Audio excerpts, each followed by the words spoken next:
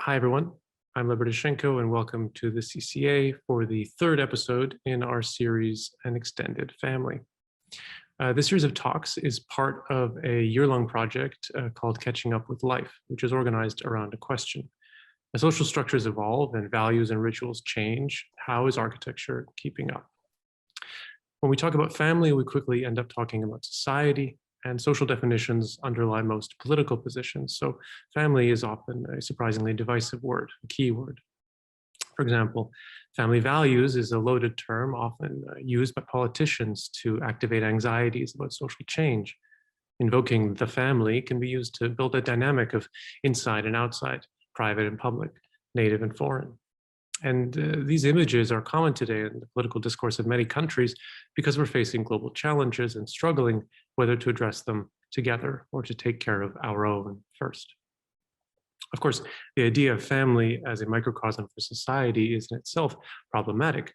There have always been many kinds of families, but only some families were sanctioned by legal systems, celebrated in art, or used as models of the ideal inhabitants for homes and cities. Yet today, especially in the West, we still live with the 20th century social and physical inheritance built around the myth of the nuclear family. Meanwhile, society and architecture are transforming at different rates, and parts of contemporary life are clearly becoming misaligned with the spaces they occupy. The acceptance of a greater variety of family configurations is one of the easier changes to identify, though it's still a blur, as Naomi Stead writes. What used to seem progressive becomes commonplace. What was daring becomes tame. What was queer becomes ordinary. Such are the processes of normalization, and such processes calcify an architectural form. So exploring this through this series, we're hearing from experts on historical encounters between architecture and ideas of family, and their case studies or moments of clarity are juxtaposed with other talks that survey the contemporary environment for evidence of changing or extended families. We began the series with the invention of the family room in the mid-century American suburb, and we continued just last week with a reading of boarding houses, a problematic phenomenon for the emerging ideal of the 19th century bourgeois home. And today we follow Valentina Davila as she follows Venezuelan domestic workers through the spaces they encounter and produce. Valentina Davila is a Venezuelan Canadian architect and a PhD student at McGill University. She specializes in contemporary Latin American architecture, focusing on servants and service spaces throughout history, power and agency, particularly in the domestic sphere, and women's influence on the informal housing system. Today's talk draws on her dissertation work, which is entitled Women in the Home Front, Venezuelan Domestic Workers and the Appropriation of Architecture. Thank you again for joining us, and Valentina, over to you. Thank you very much, Lev.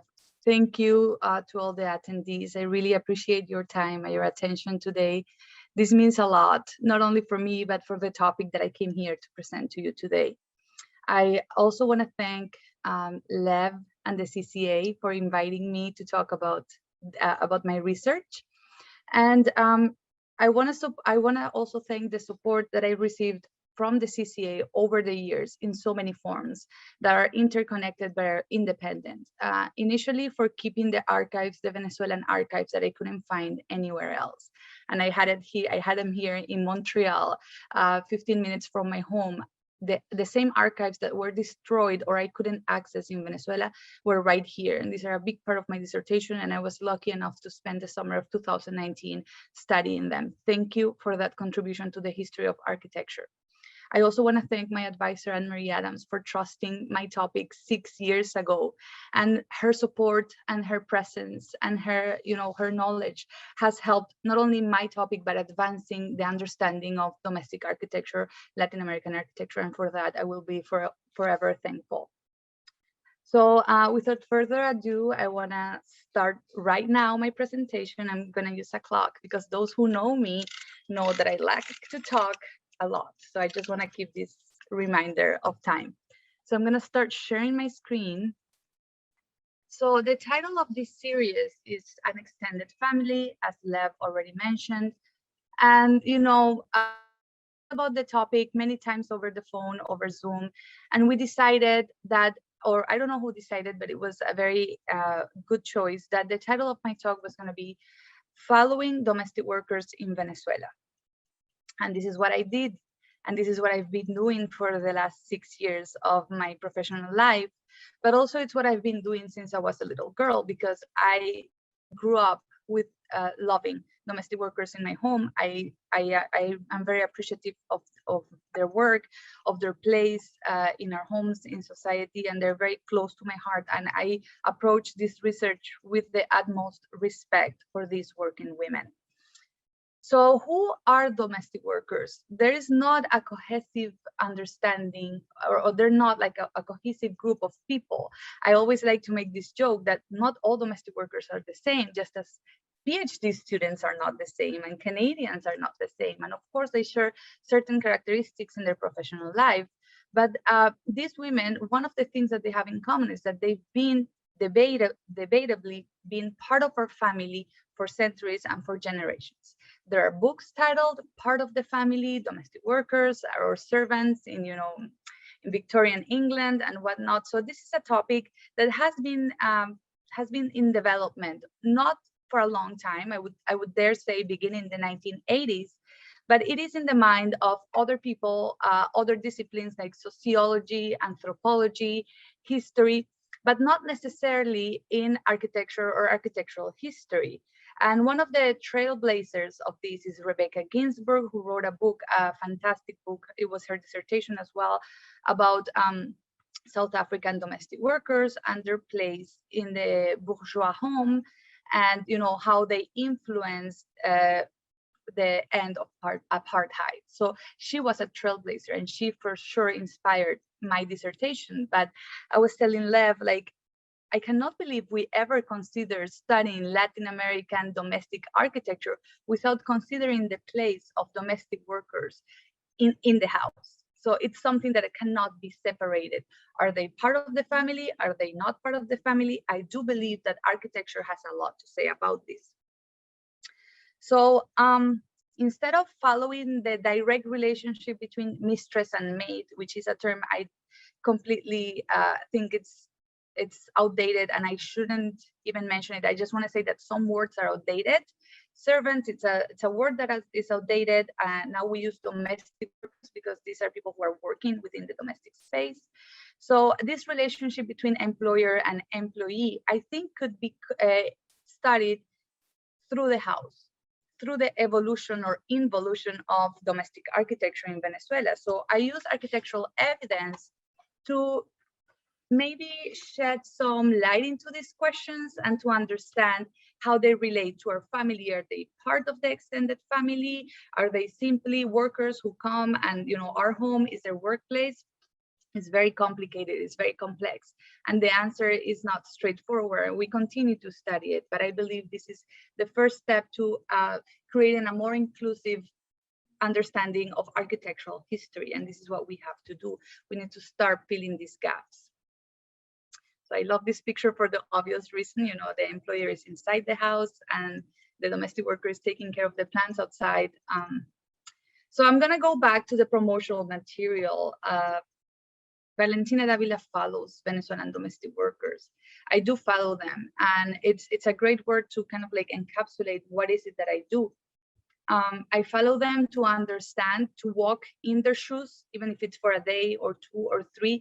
I feel like as an ethnographer, and I'm not an ethnographer. I'm not like, I cannot claim to have a master of that field, but I do support myself in, I bring from other fields, and this is something that I was taught by my advisor and my school, that sometimes architecture needs to borrow from other fields to find the answers. So walking in these women's shoes has definitely helped me understand their relationship with architecture, but also with the landscape.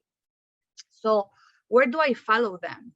Well, I follow them in the first place that I thought. Initially, I thought I'm going to follow them, through the back of the house, which is mostly where they inhabit, the middle and upper middle class household.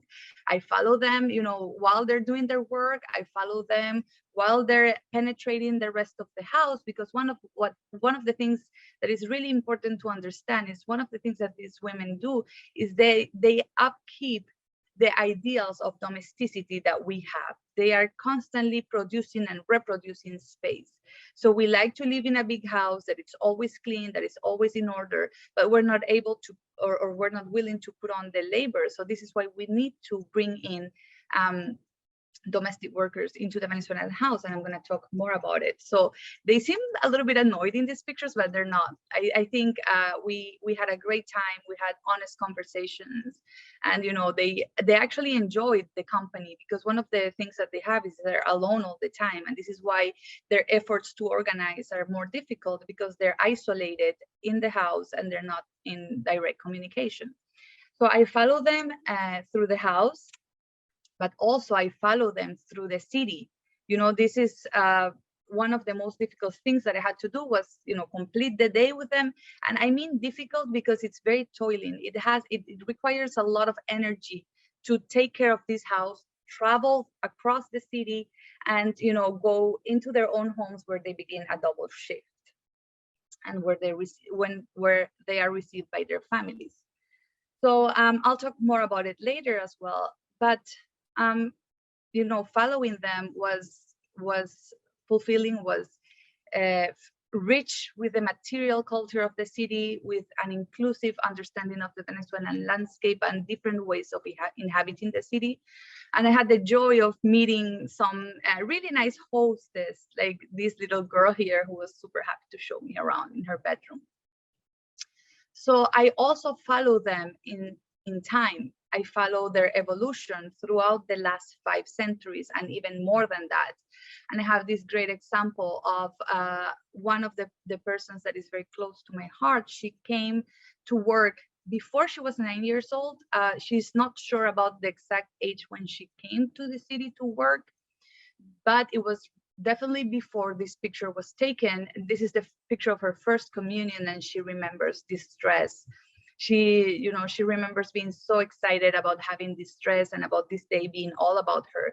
And she came to the city to take care of these 2 girls who are, if she's 9, these girls must be 3 and 4 or so. So only 5 years younger than her, and she was already expected to work. And, she evolved over time, and here she is with her own daughter. And this lady getting married right here is one of these little girls. So again, we start debating, are they part of the family? Are they not? And again, I think most of the answers we can find in space. And here she is finally in a home of her own, where she lives now happily. She takes care of her mother, and she has left domestic work. She has worked in other things, and she went full circle. So one of the issues of following domestic workers across time, it also following them across history. And like many Latin Americanists, I came to the conclusion we need to look back at the colonial times and the establishment of new cities. And this is not only me, this is a conversation that is expanding more and more in the study of Latin American architecture, and how we find answers in the arrival of Spanish settlers and how they equated power with expansion, urban expansion and construction. This was their way of conquering the new land. Private property, land control, and of course racial segregation through the establishment of Spanish cities and also like local cities. Just like the city, the home reflected the Spanish ideals of power. So architecture was instrumental in settling in the new land, but also in imposing their ideas. The home became a vehicle for the embodiment of ideas that were imported from Spain, of course, about race, gender, and what has evolved as class, and that continues to be the case. The colonial house was a cell for power and for control, and each family resided the responsibility of maintaining that colonial power in this new land. So the design and the establishment of the house was mandated from the crown directly, and it was all compiled in the laws of the Indies, La Ley de Indias, which establish the size and the characteristics of the house without necessarily taking under consideration weather or availability of materials. But studying architecture and colonial architecture at the place of servants, slaves, and domestic workers in the colonial house has been incredibly difficult, because most of the plans that I find, of the drawings, of the reconstructions, are like this, are only showing half of the house, are only, you know, displaying the part of the house that they thought it was important, that they thought it needed to be remembered. And, you know, these kind of like mutilations I find everywhere. Architectural history has been mutilated to fit the purposes of architectural historians about the form of the house and about what was beautiful. I feel like it's important to work against that annihilation of architecture and reconstruct the past through the study of architectural history. When colonizers arrived in Venezuela, or what is known today as Venezuela, there were many, many groups, and each group had a different social organization. I'm sure that you already know this, and they all had a different relationship with space. Not two groups built the same way. They had similar ways of building depending on the geography and the availability of materials, but they all had their own way of understanding the cosmos and family and social relationships through space. And this particular example right here is from the region where my study is situated, in the Venezuelan Andes, in the mountains. So we're closer to Peru and Ecuador in the way of building that we are of for instance, the First Nations of the coast of the Venezuelan side. But here it is. So we were building with rocks, because there are a lot of rocks in the region where I'm from. And usually this is a reconstruction of some of the ruins, which are really easy to see. It's a very beautiful place. But they had one of the houses where the hearth was, so where they cooked and they kept warm, because it's a rather colder area, and another place where people would sleep. And it was directly related to agricultural practices, which were pretty advanced in the region. So they lived in a sustainable way. They built in a sustainable way, which settlers regarded as primitive. And, you know, upon Spanish arrival, they burned down all of these houses and they established a new way of living, even for, you know, for the people who was already there. They uprooted the first peoples into fitting their preconception of living, and they created a feeling of homelessness, which still drags until today. So with the crown blessing, Spaniards took native women and children to come and labor in the back of the house. So we saw how the people that was living in Venezuela built sustainably, and how the Spanish model of building is definitely not sustainable. So while they wanted to be separated from natives and, you know, indigenous people and later Black slaves, they also needed to bring them back to the city to labor for them, to take care. You know, it was really ironic how the ideal of, you know, the Spanish domesticity actually needed to outsource people to kind of like keep it afloat. So all of this, of course, required a project of domination, which is established through the house. So half of the house, as you can see, and this image is from a reconstruction of Simón Bolívar's house done in 1912. Again, there are not many sources of colonial houses that include the whole house, but here you can see how there are many patios. So I always talk about the main patio that we all know. We have all heard about, you know, that romantic Spanish patio with the view and the sun and the plants, but we don't know that there were a second and third patio in the back to take care of everyday activities. From Spain, clear lineaments came dictating the ways that Spaniards were to relate to natives and also to slaves. So that the theme of the slavery of the indigenous people is kind of complex, and it took around a century to resolve, but it's not commonly known, but indigenous people were enslaved, and then the crown decided on not enslaving them. They became serfs instead. But still, they needed people that were local. They needed women who knew how to handle the local food, the local land, the local animals. And it's recorded that the price of one indigenous slave or serf, or it was kind of like a blurred line, was it equaled 6 times. So one women slave local that knew how to kind of like conduct a household was 6 times more expensive than a male.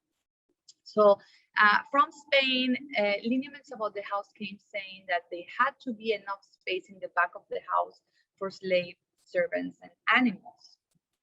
And also, in contradiction, they also said that servants were part of the family and that they needed to be protected by the paternalistic view of the man of the house. So, still they're trying to include them as part of the family, but they were placed in the back of the house with the animals and, all the other parts of the house that were built with different materials, etc. So Peruvian sociologist Aníbal Quijano marks this moment in colonialization as the beginning of the intertwined relationship between race and the division of labor. And he has this concept as the colonialization of labor. Spanish men and women would procure local slaves and then free local servants and then free slaves to relieve women from the drudgery of work, especially in this time when so many things had to be done inside of the house. And so these female workers they help women to live up to an idealized standard of femininity, and of course the role of the man was left uncontested. And from this kitchen, I want to move on to another kitchen, because this is something that continues through time.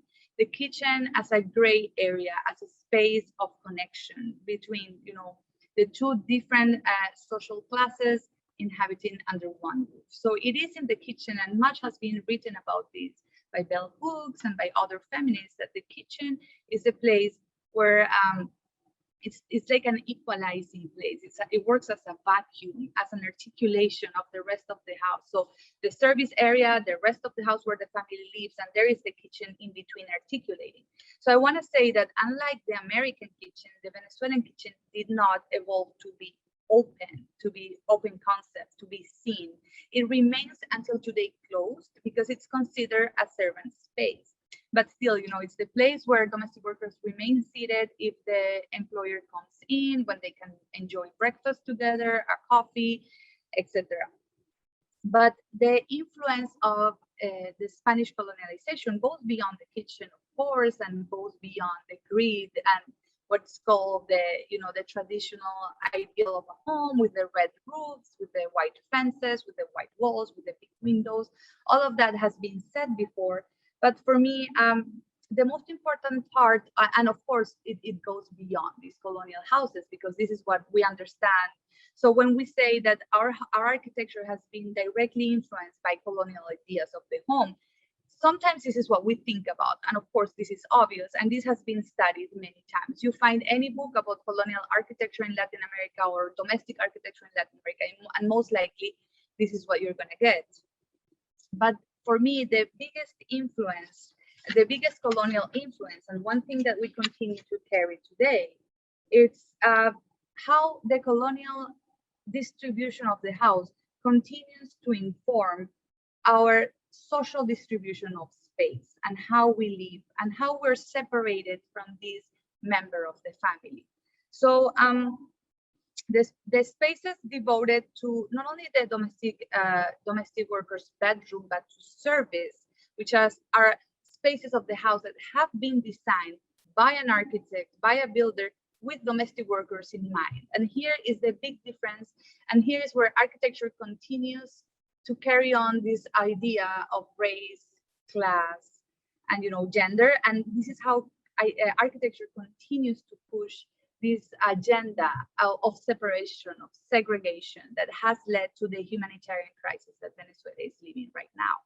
So if you see kind of like in the percentage of the images, it's about the same amount of space that is devoted to service areas here on the house that I drew because I couldn't find any drawings and I just decided to create my own sources versus the one in Bolivar's house. So here I have like a closer look of the bedroom because traditionally and until recently, and this is something again that we've been carrying from colonialization, Venezuelan women, one of the few professions that were open to impoverished, uneducated women in Venezuela and around the world is domestic service. So they were pushed out of the fields more than pulled through the opportunities of the city because they, sometimes they couldn't live in the fields anymore or, in their original townships because there were too many, like the original image that we saw with the girl, it was just too many mouths to feed and they just couldn't.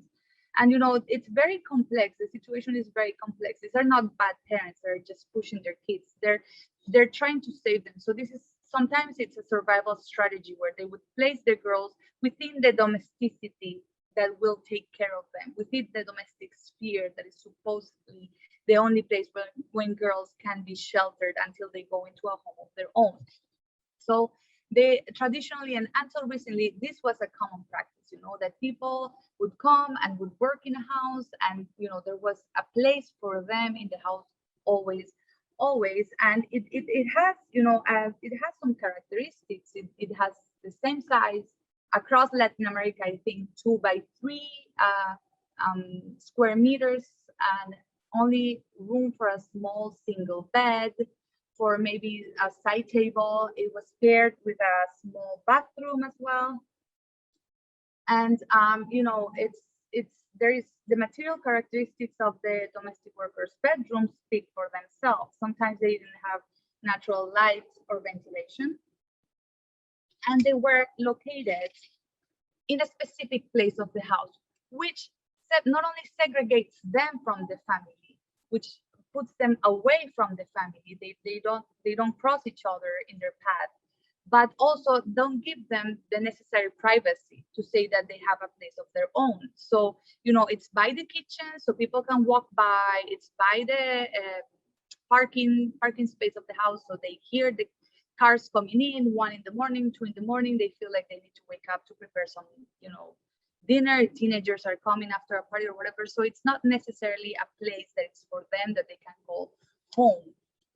And, I just want to go back to this image to say that one of the most important findings in my dissertation is to discover that these women do not appropriate the space and it doesn't turn into a home that easily. In some cases it does, but I feel like they're in resistance of the idea that this is their home through, through a total rejection of the space. They'll just live here. This is the place where they work, but it's definitely not a place they understand as home.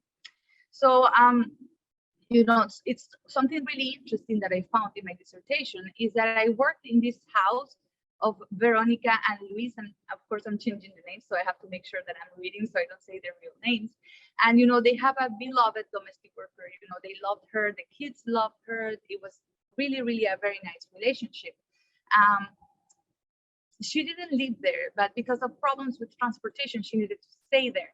But Veronica, the homeowner, was mortified by the fact that she would have to send her to sleep in this bedroom in the back of the house. She felt she couldn't do that to her. So what she did is she bought a sofa bed and she put it in the TV room, and that was the domestic worker's bedroom when she slept there. Because she didn't want her to feel like, oh, we're rejecting you. We're sending you to the back of the house. So architecture is configured to separate people and to make them feel in their place. And this is something that some modern employers are not comfortable with. So I'm going to move forward because I'm eating up my time. But also enlarging the distances, the social distances within the house is a materiality of the back of the house.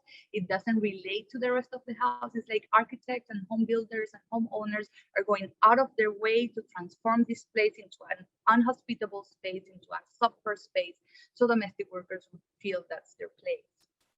And one of the things that I found, and maybe this is more outdated than it is modern, but I still heard it from employers, might meet employers that are in their 60s and 70s, is that when I asked why would you place them in a house, such a big house? Why would you make their bedrooms so small and so ugly, and, with this bad painting? And they said, I don't know, it's okay. They're used to it. That's what they're used to it. If you give them more, they won't appreciate it. They will dirty it. It's just, so not only domestic workers are receiving a very unjust place in the house, but they're also receiving a social category that doesn't necessarily apply to who they are.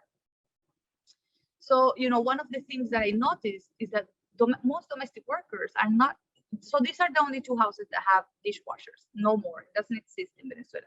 These were exceptions. And still with the exceptions, domestic workers were not allowed to use these dishwashers because they were going to break them, because it was too technological for them, because they were just going to spoil them. So this one right here, it seems like she's using the dishwasher, but she's not. She's using it as a rack to dry the dishes, and then to like keep them in a good place, and then dry them and put them away. These women spent hours and hours washing dishes. It was just like mind-blowing to me. And this one here in the purple uniform, she wasn't allowed to use the microwave because again, she was going to break it. It was just very delicate. You're too rough. You're not going to be able to use it. So she said, I don't want to wash more dishes and pots heating my food, so I'll just eat cold food. I don't mind. So this is one of the things that, the space is talking. And unlike America, England, North America, South Africa, we didn't have this servant problem in the turn of the century. We didn't have to adapt our homes to live without the extra work. So our houses really didn't evolve.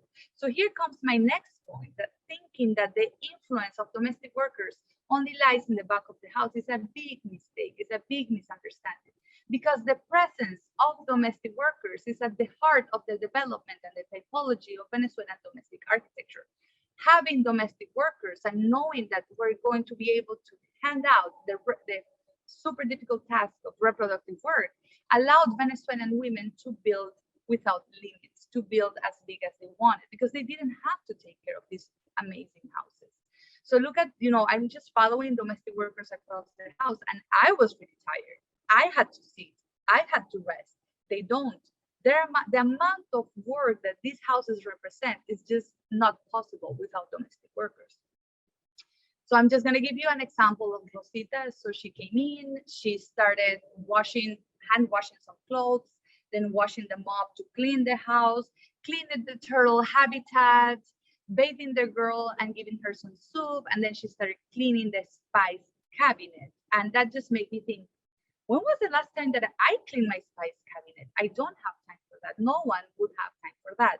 So this is how the reproductive work of domestic workers is at the core of Venezuelan domestic architecture. And following them, I experienced a lot of anxieties related to time and work and hurry up and don't sit down to eat because it's coming 4:30. It's coming 4:30. We need to leave at 4:30. So I'm like, I had read about anthropologists kind of like needing to step up and help them in the task so I was well prepared on how to respond in my ethnographic work. And when I saw that we were running behind, mostly because I speak a lot, so I was maybe just bringing them back in the work, I decided to help them.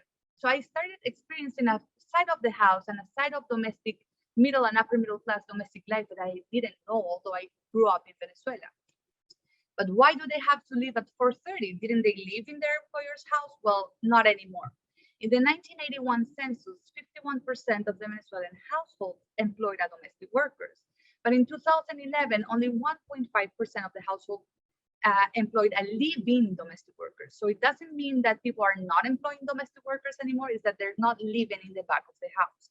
So as you can see, some of these bedrooms are empty. And as I said, the spatial configuration of the bedroom doesn't allow it to become a teenager bedroom or, another family member bedroom. It just doesn't. It just becomes like a storage facility. So how is it that domestic workers are moving away? Well, there are many reasons behind that. I don't have time to explain all the reasons behind the migration, but it has to do with, forming their own families, getting married, access to housing credits, help from their employers to move out. Many reasons, political reasons, personal reasons, social reasons are helping them move from the back of the house to a home of their own. But of course, Venezuela is a highly unequal place, just like most of the countries in Latin America. So in the year 1998, we were going through an economic crisis, and the country was ripe for change.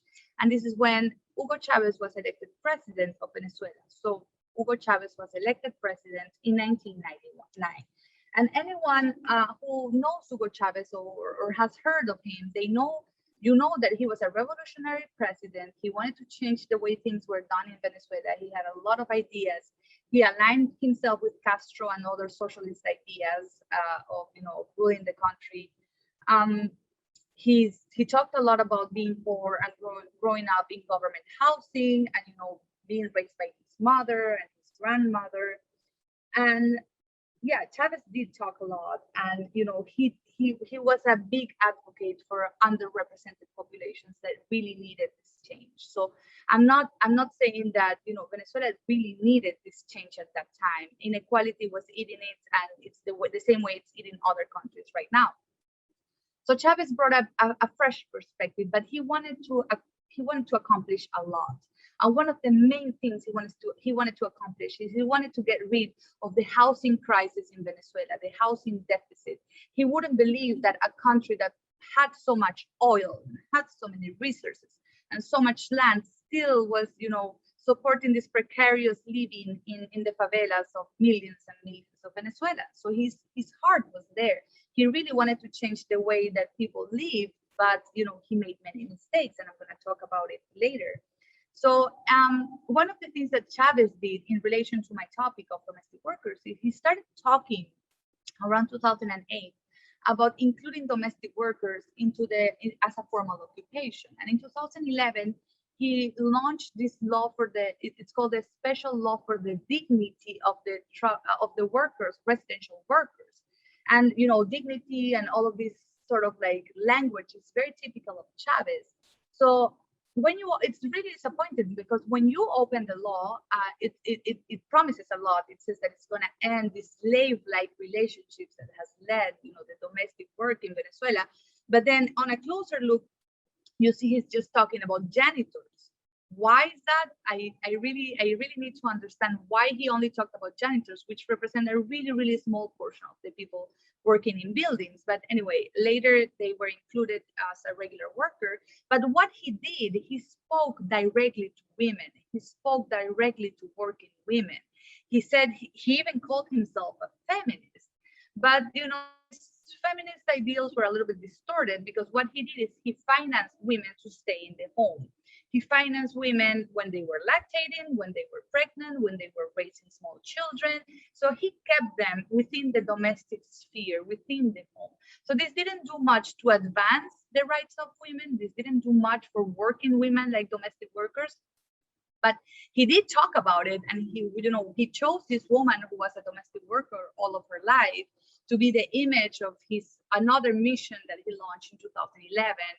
After many other, he had 17 ministers of habitat. So he was kind of like running everywhere trying to solve this. But Chavez made many mistakes, and this is one of the things that I wanted to talk to you. This is all from the archives of the CCA. He did ignore previous experiments with social housing in Venezuela.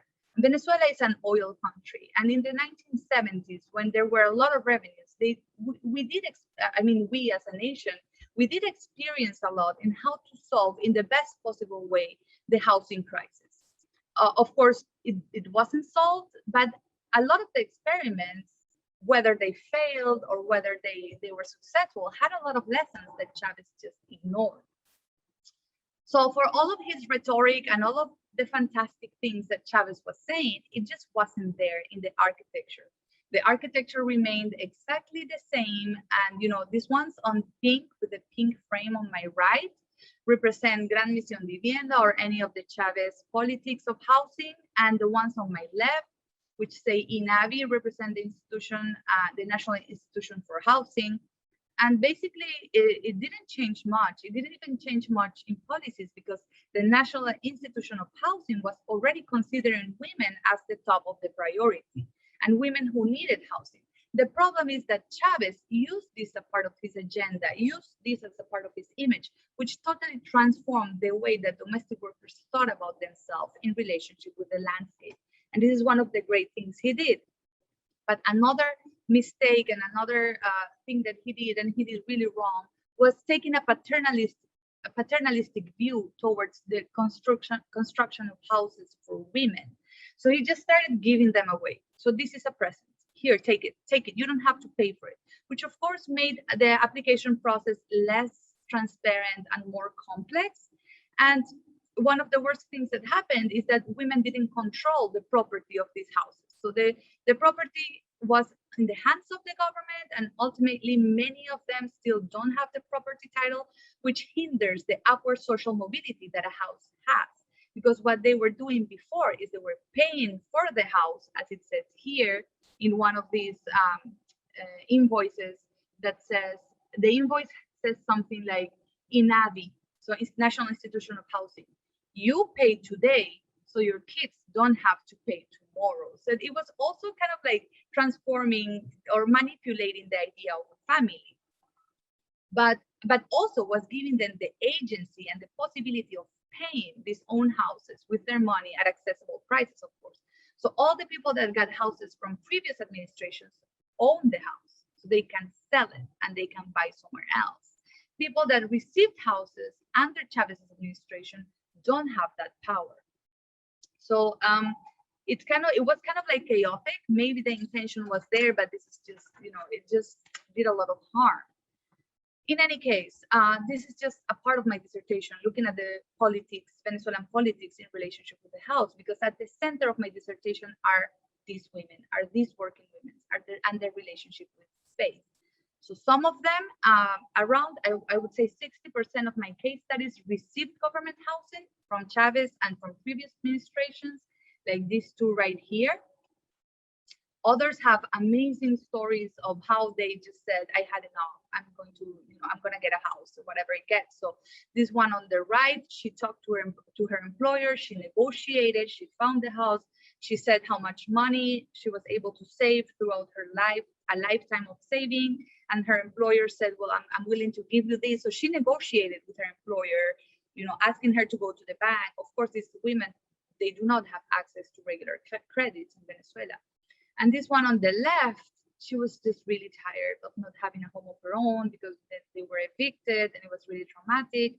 So she said, I wake up every day at 4:30 to go to work. So what I'm going to do is I'm going to start waking up at 3:30 or at 3 in order to make 40 blocks of a traditional building technique that we have in Venezuela, that it comes from the indigenous peoples as well, and it's widely spread in Colombia, that is called bareque. So it's a very sturdy block made of clay and hay, and she knew how to do it, and she said, I'm just going to build the blocks. What do you need to build a house in a weather like the one in Venezuela? I'm just going to build the blocks. And this is how she did it. And just there's this part of the government initiative that if you have a small place there where you live, the government is going to give you funding to expand it. And this is what she did. So she used all of her, strength and ability to build her own house. And there were other women who had, half of the money from the government, the money they have saved, or from help with their employers. So they are at the heart of this story, their agency, their strength, their resilience. So they are resisting their place in society through the construction of their new houses. So here is where I follow them from the back of the house through the city into a home of their own. So I always make this joke that if I go on to make a postdoc, I already found my topic, the relationship of women, working women, underrepresented populations, marginalized populations, and public transportation in Latin America. Public transportation is only used by people that do not have cars, of course, because gas is so cheap in Venezuela. Filling the tank of a big car will cost you $1. In the times that we had gas, we don't have gas anymore. But so it was not a problem to buy a car and just have it around. But the people who didn't have a car really have to suffer through this, transportation. And Chavez did build most of the housing outside of the cities. and he didn't provide proper transportation. So as you can see right here, there is transportation, government transportation, until a certain point. Then we had to wait. We had to, as I said, wait, walk, repeat, wait, walk, repeat. Sometimes it took us 4 hours to reach their employment place to their home. And this is a road that can be accomplished in 10 minutes if you have a car. So it's the real problem here. And this woman looking at the horizon here with a striped bag said to me, I'm not tired of working. Working is my sustenance. And this is how I provide for myself and for my family. And I don't depend on any man. It doesn't bother me. It doesn't bother me all the things that I have to do back home with my family. They're my family and I love them. But what really bothers me is waiting for the bus for 3 hours every day and having to walk kilometers after kilometers. So she was really frustrated with it. So, we rode buses, we walked, I went into parts of the city I didn't know existed. And, I found some very interesting things like this man right here. And we went up the stairs and we walked and walked for sometimes we walk for 40 minutes, 45 minutes. Sometimes to save the transportation fee, they would walk double because it's really expensive. So, and I made it my mission only to share transportation means with them. I didn't have any extra money to pay for taxis or anything. So there are a lot of anxieties that go with this pass through the landscape to finally arrive into a home of their own. So their family is waiting for them. And this is when I arrived to their own homes, regardless of whether the employers consider them part of the family and invite them to live with them or not. This is where I saw why it's so important for them to have a home of their own. This way they can reinsert themselves into society under their own terms. No one is telling them what they appreciate or what they don't appreciate. They finally have the financial security that a home of your own brings to you. So here they were really happy to show me their house. And what I found is that all the things that kept domestic workers in the back of the house, so this rhetoric that they won't appreciate a larger bedroom or they don't know anything different. This is not true. And this is I am only able to prove this through following them to the back of their house and observing the way that their spatial production talks about who they think they are in society. They are respectable. And this is where, I use the term aesthetics of respectability because everything they do in their homes is perfect. Everything that they do, even if it's small, it's concise with an idea of family, of values. The cows, I always say the cows go in the kitchen. They have these motifs, and wood is really expensive in Venezuela, so they don't have access to wooden cabinets, but they would build cabinets with other means that it's closer to them. So they use a lot of logs and cement and fabric, and they will also express their religious belief throughout the house, without fears of being penalized or of being criticized. They would express how they feel in every aspect of their lives. And they have a clear sense of aesthetics and what is beautiful, what is, what kind of place they want to build for them and for their families. And, sometimes they have this sense of rhythm, and that is things that I haven't seen anywhere else. They're extremely clean. This is one of the things that I found across. So kind of like their profession has turned them into like order freaks. Everything has to be in their place. And whenever they came home, and okay, so I know that my time is off. So whenever they came home and their kids were there, like, why is it so dirty? So they really appreciate these ideas of domesticity, of cleanliness, of perfection within their own homes. And finally, I want to say that they do know how to take care of a microwave. They do know how to take care of complex technology or whatever that means, because in their home they keep it as clean as well as I have never seen. And in fact, they are importing technologies from their house to their employer's house to help their employers keep their appliances living longer. Also, finally, I want to say that they have their own ideas of what a home should look like. And they spend a lot of, like a big part of their income fitting this ideal of the home. So, you know, the white walls, this strong materials, like, you know, this brick, the brick that is right here, this column, stone, red roofing that comes from Spain. And this is a house made of plastic that Chavez imported, but they kind of like rejected that model of something that didn't feel like home and transformed it into a home of their own. Unfortunately, the problems with transportation and with, you know, with all the things that I said of living outside of the house has brought many of these women back to the back of their employer's house. And, you know, the things that were meant to liberate them in Chavez's policies, unfortunately, are bringing them back 2 centuries before. So with this image, I want to thank you again for your attention, and this is the end of my presentation. Thank you, Valentina. I thought that was such a rich kind of, like, you pull on the thread of domestic workers in the family, and it unravels and to connect, you know, the history of colonialism, norms of domestic architecture, and this aesthetic of respectability, political shifts, urban transportation. I mean, it's just such a rich way of doing this case study, and I think it's also very clear how kind of your work is very committed and kind of engaged form of research. So thanks a lot. I guess a very simple question: why do you think that this sort of social structuring of space has been so ignored in the history of Venezuelan architecture? Why is it missing from the standard story about domestic architecture in Venezuela? That's a great question, and I thank you for bringing that up. And I think it lies really deep into the notions of what is architecture and what is not architecture, and architecture with a capital A. And, you know, all these places represent our ideals of society. So, and this was, I received these comments from people in Venezuela. Why would you want to study that? It just doesn't make any sense. It doesn't represent anything. It's such an ugly part of my house.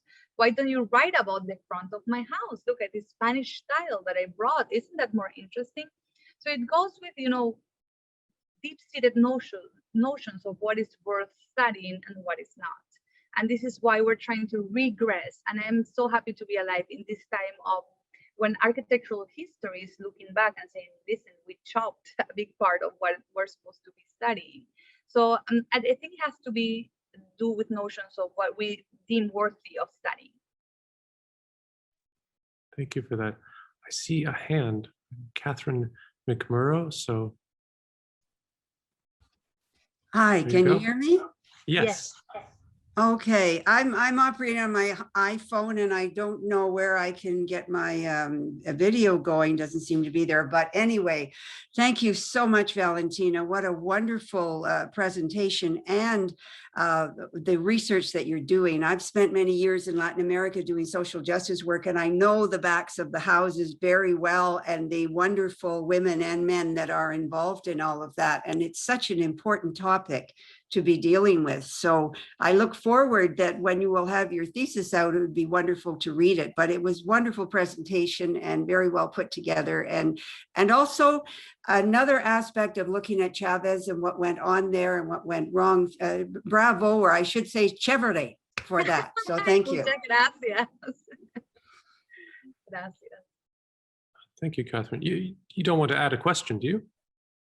No, not right now, because, well, yes, when were your postdoc work, believe me, I used the transportation when I was in Latin America. So please get going on that so we can improve it. Thank you. Like, when is a question that I'm a little bit embarrassed to have in front of my advisor and my colleagues, because the thing is that this is I'm studying a marginal part of architecture within a marginal part of the world. So it has been so difficult to kind of like focus and get my sources. And, you know, finally, as I said, my advisor is very focused into methodology, which has helped me understand other ways of studying the built environment. So I had to produce my own sources. I had to deal with archival absences, which I'm borrowing from Rafiko Ruiz. It's the title of one of the CCA's summer fellowships. I've had to deal with a lot and learn. This has been a very, very long learning curve. but I think I'm right. I'm writing my dissertation, and it's halfway through. I would say you sound ripe. There's a question on YouTube from Vipasha.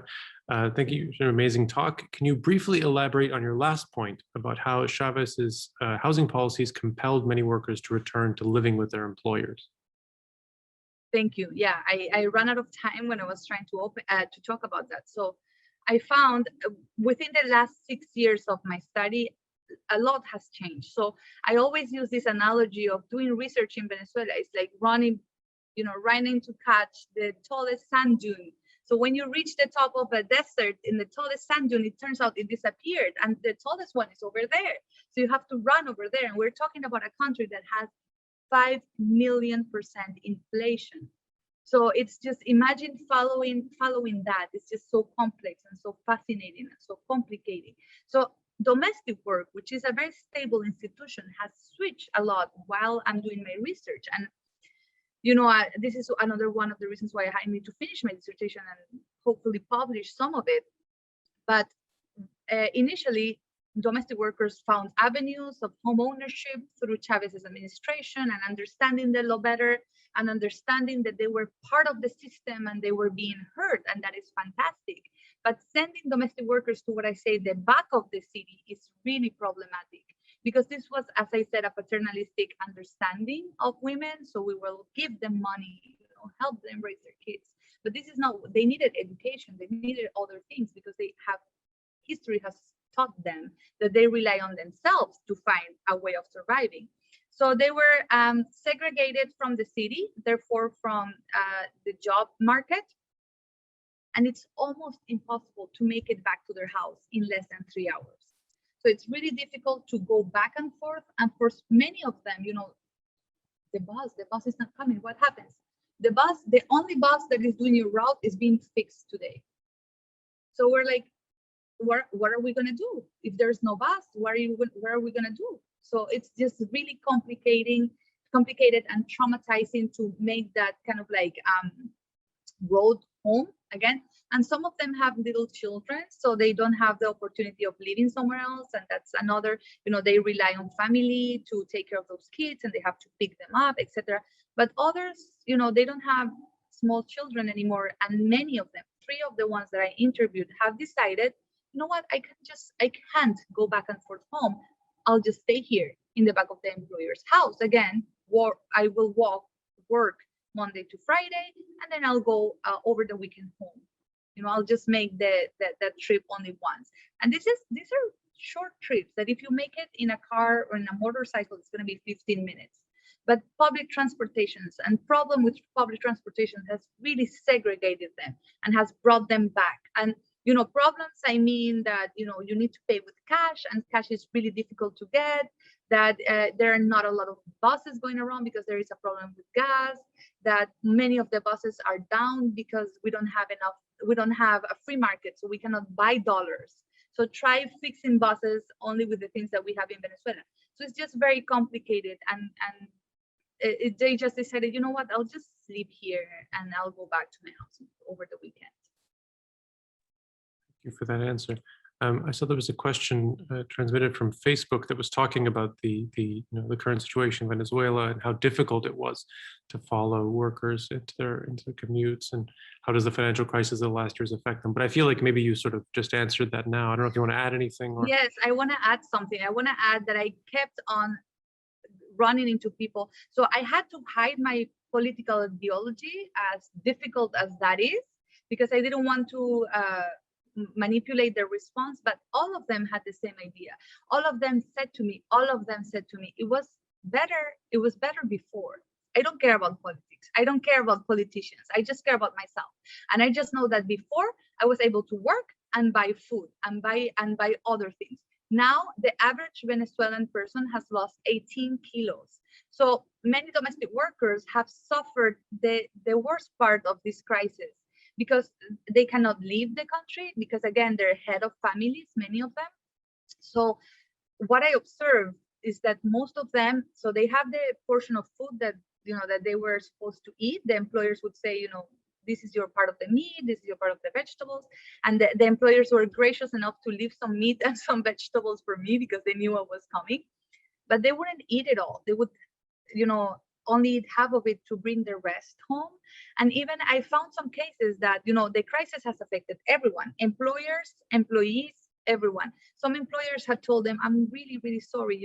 I can't hire you again 3 days a week. I'm going to have to start hiring you once a week. And these workers say, I'll come 3 times a week and you just pay me with the food. So it has gone to only working for the food.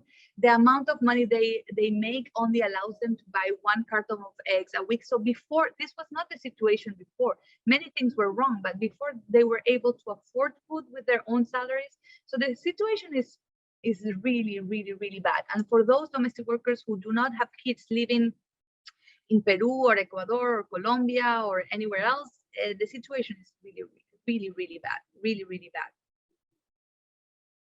Here, this is Camille from the CCA.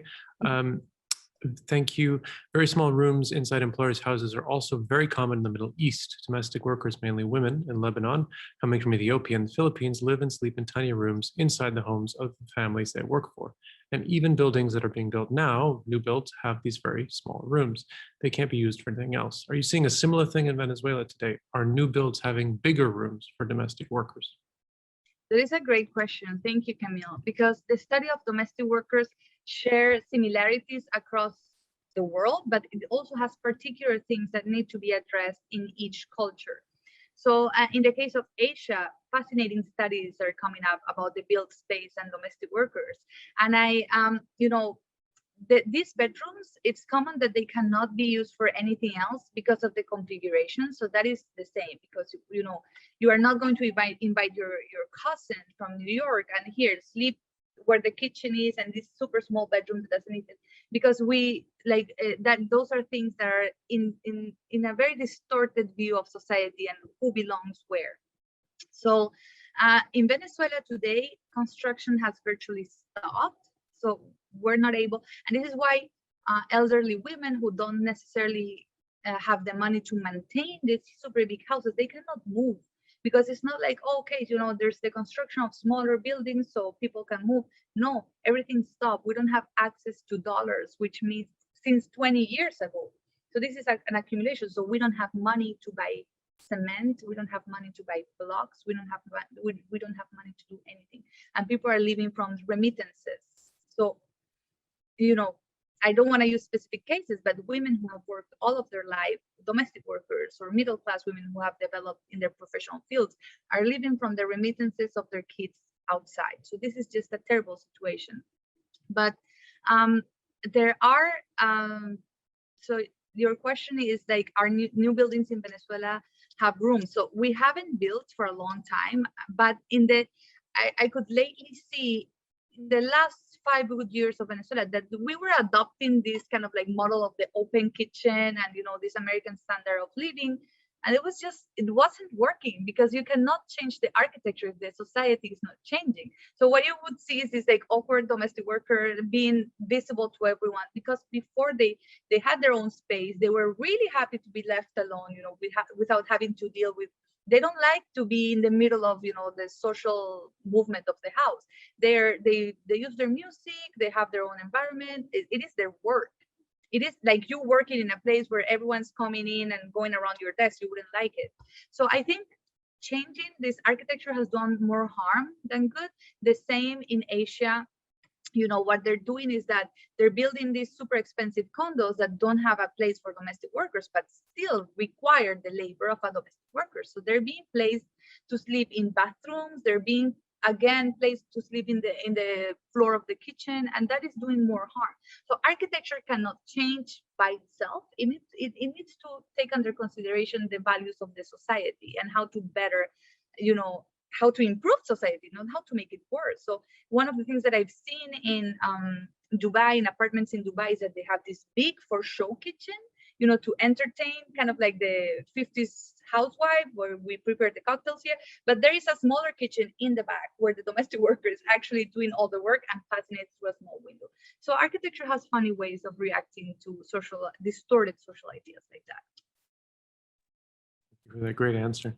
I think the last question outstanding here is from Albert Ferre, who's asking, how did the minimum cost housing group of materials at the CCA kind of inform your research? That is a great question, and there was a couple of years ago, but I was deeply moved to find this sort of material in an institution like the CCA, to find all, because right before I found that material, I never even think about looking for it at the CCA. I was like, you know what, I'm gonna go to Venezuela, I'm gonna go to the National Institution, building and ask, can I see your archives? And they're gonna say, of course, come this way. And here are all the archives of the thing. That none of this happened. They didn't wanna open the door for me because I thought I came to criticize the Chavez government. So I had to sit there. And finally, when I was able to talk to someone, they said, what archives? There's nothing in here. So I started reaching to people who were working in the national institution, housing institution before Chavez, to say, do you have anything that I can see how it has evolved, the ideas of social housing? And they said, oh yeah, I threw it in the garbage a couple of years ago when I was cleaning. All those publications, yeah, we had many. We did study it, but I threw it in the garbage. So that for me was heartbreaking, to understand that all of this part of history was just getting lost. And then I just started typing it in my computer and I found it in the CCA. Is that possible? So close to my house. And I went, and they're there, and they're kept under the same standards as any of the CCA archives, with the utmost respect for these sources. So if it wasn't for that little piece of information that I found at the CCA, I wouldn't have anything to go through in terms of the history of Venezuelan social housing, which is very, very interesting, because it has kind of like played along the oil prices and the ideals of national ideals of progress. And it's a fascinating story and a dissertation of its own. So I found invaluable sources at the CCA. The minimal cost housing funds has been a great gift to those people who are trying to regress the history of architecture and to give a voice to that part of architecture which hasn't been represented. Thanks for the answer, and I think a lot of people at TCO feel great warmth to hear such things. I just want to thank you again for your great talk today and sharing your care and your energy with us.